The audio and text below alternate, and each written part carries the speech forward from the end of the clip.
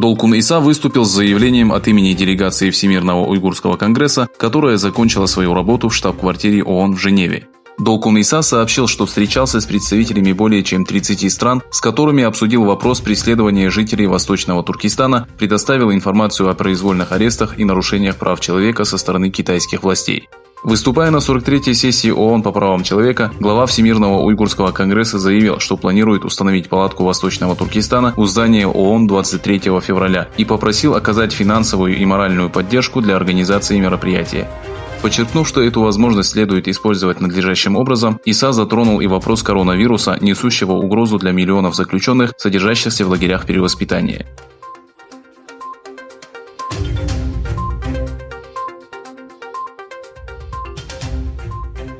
Во время пресс-конференции, состоявшейся в Стамбуле, представитель Всемирного уйгурского конгресса заявил, что новый вирус представляет большую опасность для уйгуров и других тюрков, которые находятся в концентрационных лагерях Китая в Восточном Туркестане.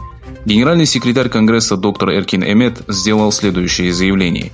В связи с карантином во всех китайских провинциях приостановлено движение общественного транспорта, прервано обучение и приняты беспрецедентные меры безопасности. Однако тысячи узников китайских лагерей в уйгурском регионе вынуждены находиться в антисанитарных условиях, что само по себе является огромным риском для их здоровья. Директор судебного архива при Норвежском уйгурском комитете Бахтияр Омар провел переговоры с главой азиатского отдела Министерства иностранных дел Норвегии по вопросам предотвращения эпидемии в уйгурском регионе, в частности, недопущения распространения вируса среди узников лагерей перевоспитания. Бахтияр Омар подчеркнул, что Департамент национальной безопасности Норвегии предпринимает серьезные шаги по данному вопросу.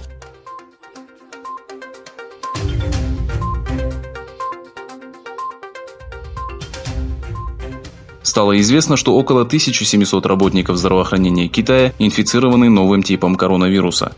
До настоящего момента жертвами вируса стали 6 медиков. Согласно последним данным, число случаев в Китае увеличилось до 63 851, а число смертей до 1380. Миллионы китайцев находятся под карантином. Людям разрешается покидать свои дома только для покупок и повседневных нужд. Школьные уроки проводятся в онлайн-режиме. Около 200 миллионов учеников подготовлены к дистанционному обучению. В свою очередь США призвали Китай быть открытыми относительно информации о новом вирусе и его жертвах.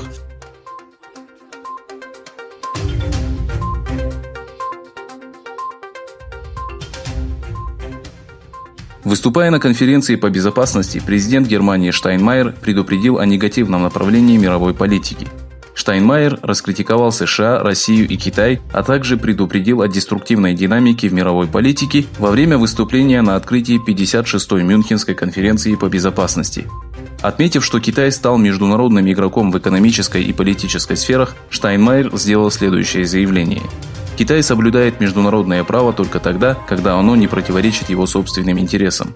Ссылаясь на сообщения о массовых задержаниях мусульман уйгурского региона, президент Германии выразил свою обеспокоенность действиями китайских властей.